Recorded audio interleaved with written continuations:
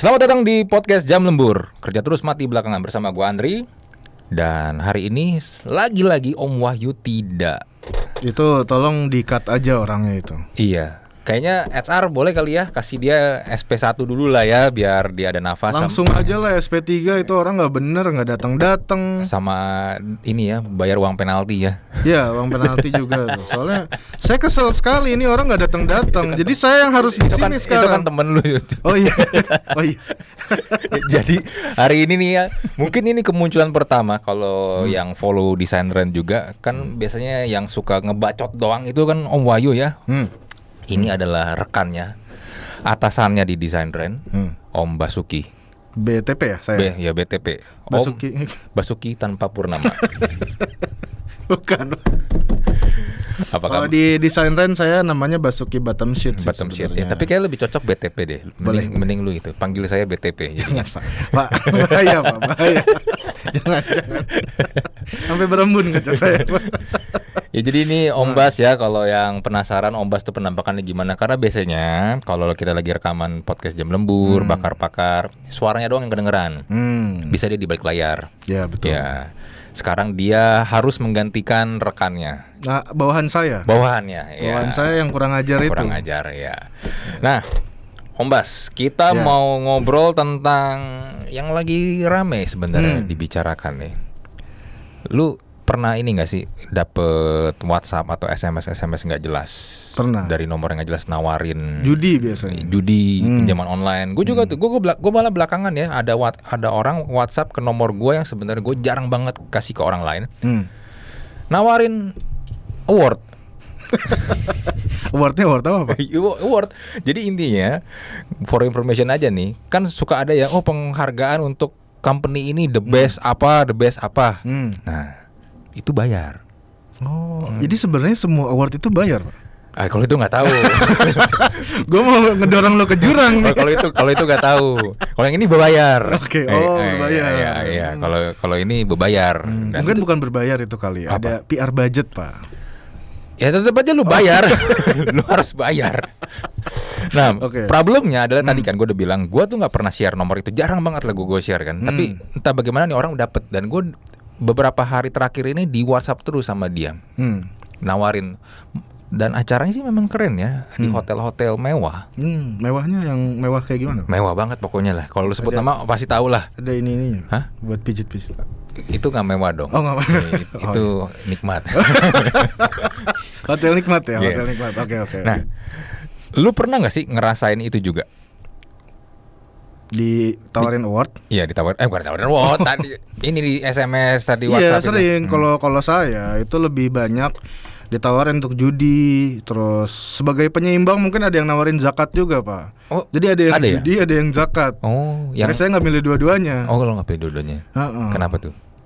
Karena menurut saya bisa dilakukan tanpa itu. Kita kan nggak tahu itu scam apa bukan.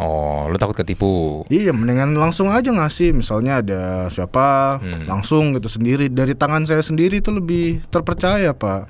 Masalahnya kan problemnya kita nggak tahu itu nomor saya itu dapat dari mana orang-orang itu. Nah itu dia. Kemarin ada yang gue ladenin nih. Gue nanya, lu dapat nomor gua dari mana? Kita dapat dari kita punya daftar yang untuk perusahaan tertentu yang terpilih, Pak. Terus gue tanya lagi dong.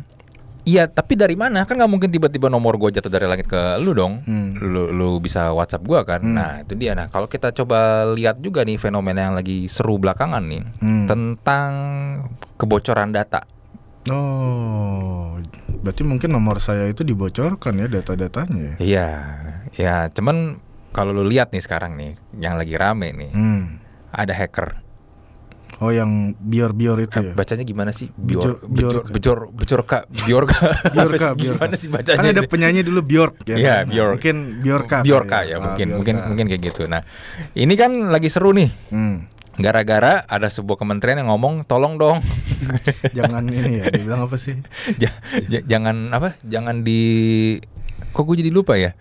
Jangan itu, jangan di hack terus. Iya intinya. Iya kan. Ya hacker jangan ngehack terus. Itu kayak Dora ya. Iya. Swiper jangan mencuri. Mungkin dia terinspirasi dari situ kali.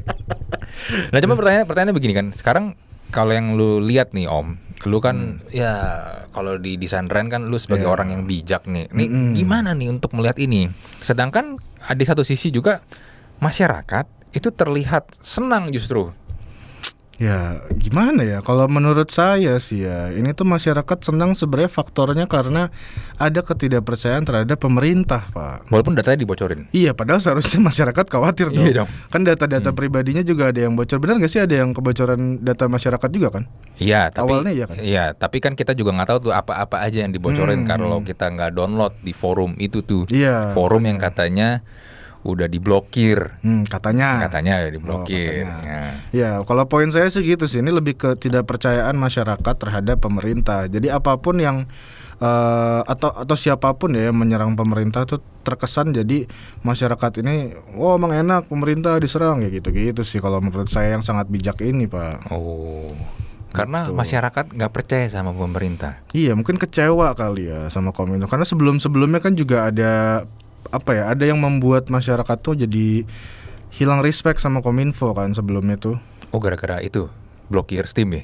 Ya, blokir Steam waktu itu banyak lah, ada banyak hal yang membuat masyarakatnya kecewa sama Kominfo. Terus kalau lu lihat nih ya, kalau kan data kita bocor, ya kan. Terus akhirnya kan statementnya adalah ya kita disuruh jaga masing-masing nih. Cuman di satu sisi kita waktu itu disuruh daftar buat kalau daftar nomor baru di SIM card tuh. Pakai KTP kan? Iya, pakai KTP. Nih kita masuk tuh. Nah, itu gimana? Kita ternyata nggak terjaga kan karena itu juga bocor. Iya, ini yang saya bingung juga sih Om Andri. Sebenarnya ini kan kita udah percaya nih, kita memberikan informasi berupa KTP kita gitu ya ke pemerintah pada saat kita mau daftar nomor baru atau banyak urusan-urusan pemerintahan gitu kan. Tapi di satu sisi kenapa ini bisa bocor gitu? Jadinya masyarakat takut dong untuk mempercayakan lagi gitu. Intinya seperti itu sih kalau dari saya. Gue tuh pernah waktu itu podcast ya pasti podcast gue di Talk to Talk ya. Waktu itu sama Dean, salah kalau tahu Dean tuh. Dean Bunaya ya? Iya, Dean Bunaya. Dia tuh pernah bilang website misalnya kayak website keagamaan atau pemerintah sama website bokep itu jauh lebih safety website bokep. Oh iya? Kenapa katanya? Ya karena itu tadi, kalau website bokep is all about money. Member segala macam bayar. Money, Pak. Iya, money. Duit. Money. Oh, money duit. Oh, sorry. Itu beda ya. Bacanya mirip sih, tapi itu tuh beda. Oh, oke. Ya. Nah, sedangkan kalau website yang lain itu tidak terlalu di concern lah ya untuk keamanannya, karena ya mungkin ya bikin yang penting asal ada, yang penting ya udahlah jadi ya gitu aja gitu loh. Nah, gimana nih? Ternyata bokep lebih safety keamanan ininya, datanya. Ya ini juga sangat-sangat memprihatinkan sih ya menurut saya. Kenapa bokep itu lebih safety dalam urusan data-data pribadinya berarti ya? Membernya lebih aman lah. Jadi kalau misalnya lu jadi member di situ, lu juga bayar berapa bulan, subscription-nya gimana, katanya itu lebih safety. Apa mungkin tim produk dari si website bokep ini tuh udah mengantisipasi kali ya. Mungkin banyak orang yang kalau misalnya daftar itu agak takut gitu, aduh data pribadi gua gimana nih gitu. Makanya itu udah jadi kayak salah satu USP-nya mereka gitu. Bahwa ini bakal aman, jadi orang akan lebih mau untuk daftar gitu. Lebih mau untuk daftar. Oh, jadi biarpun waktu itu kan ada yang ini kan di OnlyFans kan. Yang inisialnya D bukan? Iya, inisialnya D. Oh, itu. Yang beli inisialnya M. Oh iya. Yang beli inisialnya M. Tapi itu kan ketahuan kan? Bisa ketahuan loh. Iya, gimana caranya? Hah? Iya kan? Bisa ketahuan kalau dia yang beli. OnlyFans luar padahal ya? Iya, luar kan?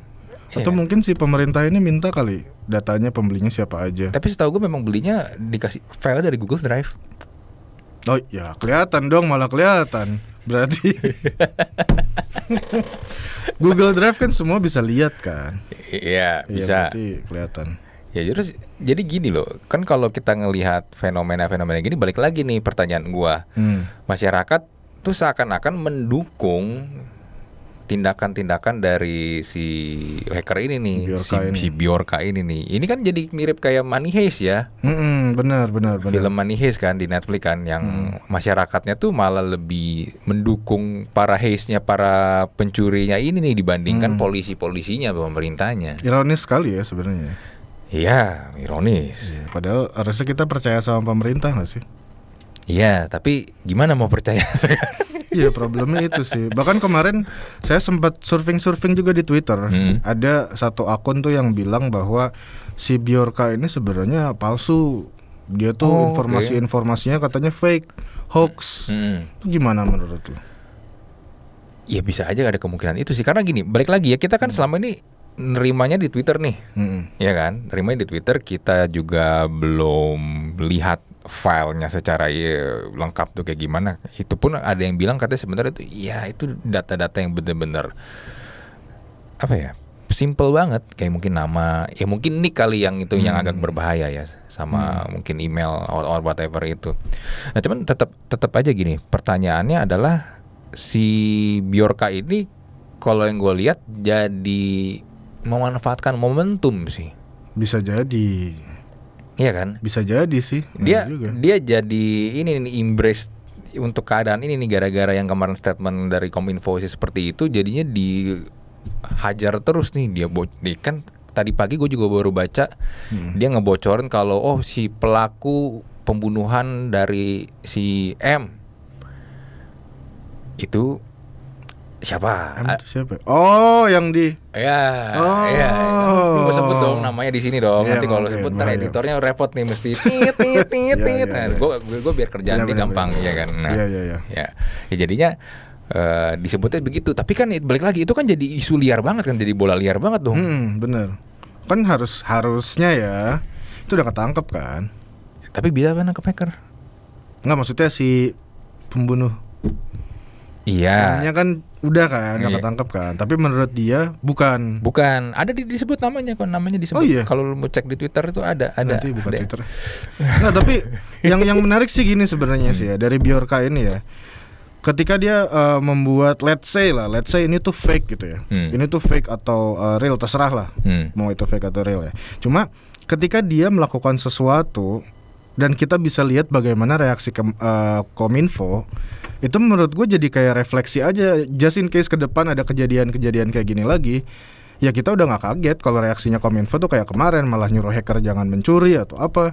Menurut gue tuh apa ya, statement-statement yang gak bisa bikin masyarakat tuh ngerasa aman. Iya, dan gitu sih. Yang gue lihat juga gimana ya, pemerintah tuh harus memilih orang-orang yang bagus sih PR-nya ya. Maksud Anda itu Kominfo PR-nya nggak bagus? Gak bagus. Gak bagus. Come on man, namanya itu loh, ada kata informasi loh, ya kan? Tapi statement-statementnya kayak begitu.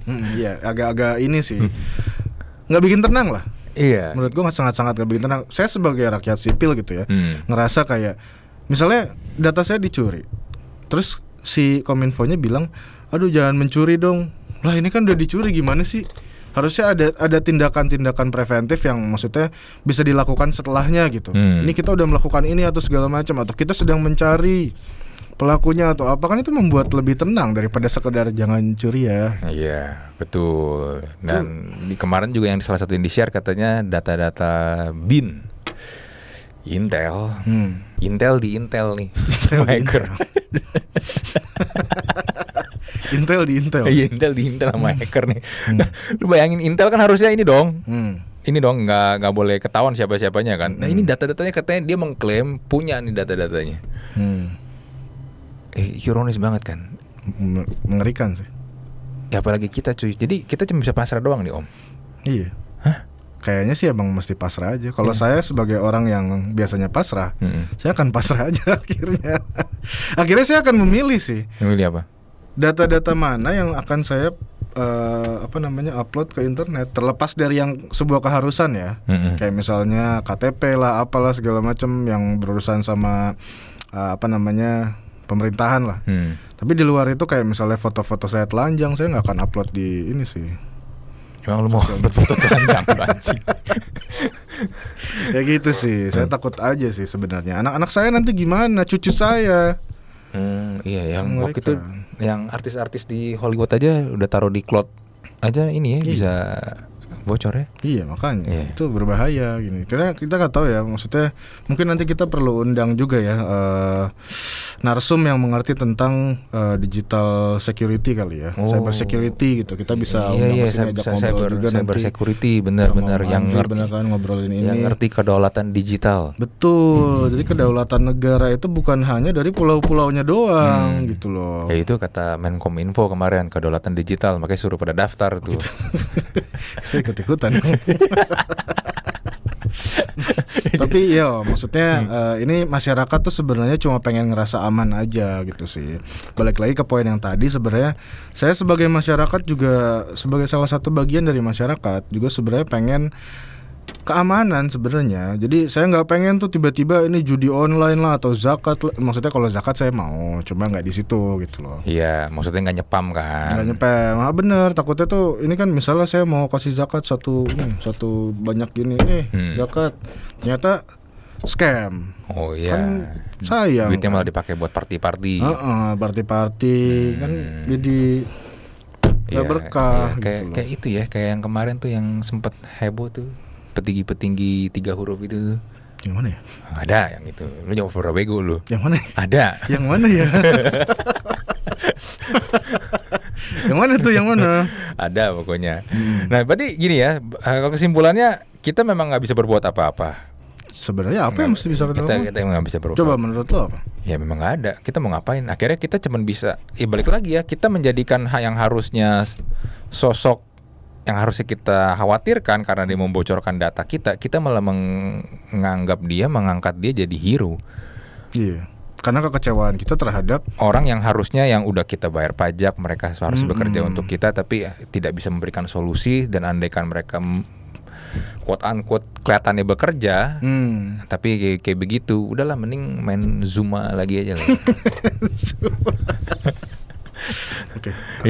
Oke lah, kita tutup lah ya obrolan ini, obrolan yang gue pun juga ikut. Nggak ada endingnya sih. Nggak ada endingnya, gue ikut desperate juga sebenarnya. Karena Anda menanyakan suatu hal yang kita tuh nggak ada solusinya, Pak.